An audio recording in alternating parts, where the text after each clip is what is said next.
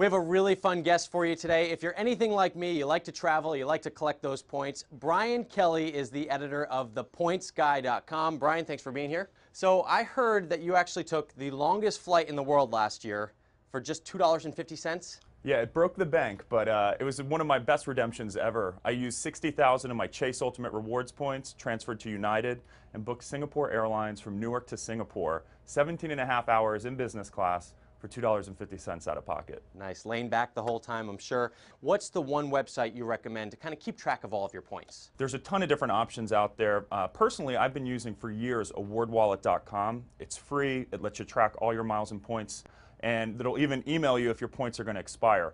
But some airlines like Southwest and American have actually cut off the service, so you actually have to go to their websites directly. But in general, AwardWallet.com is a really good resource. And the expiration alerts is really important because it used to be points didn't expire as quickly. Although it's easier than ever to keep them active, what people don't realize is you don't need to fly to keep your miles active. All you have to do is buy a single item through mileage shopping portals. So almost every airline has these portals. You click a link, you go to Target.com, iTunes, you buy a single song, and as long as you have a single mile deposit into your account, the expiration resets. So there's no reason to let those miles expire. Absolutely. All right, so obviously we're all mobile nowadays. We have our phones. When you travel, what's an app that you recommend people should have on their phone to kind of keep track of things and help them on the road?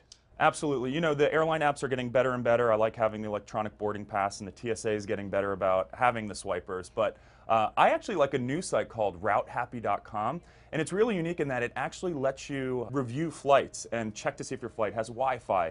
It gives ratings from actual flyers, so you can make the decision, you know, if you're going New York to LA, you can decide which one has Wi-Fi and the better service. Now, tell us about thepointsguy.com. It's so cool. You started this website. What are you blogging about on there? I blog about everything. So, you know, when US Airways runs a new 100% bonus on transferred miles, is that a good deal or not? So, luckily, I do all the math for you. So I highlight the best deals, you know, general tips on booking awards, and just being smarter about every single dollar you spend, because the best way to get miles is through credit cards and spend these days. Brian, where are you headed to next? I don't even know. I think Seoul and Madrid and San Francisco, it's always a whirlwind. All right, Brian Kelly, thepointsguy.com. Thanks so much for joining us. If you want a link to Brian's website, just go to richontech.tv. I'm Rich DeMuro.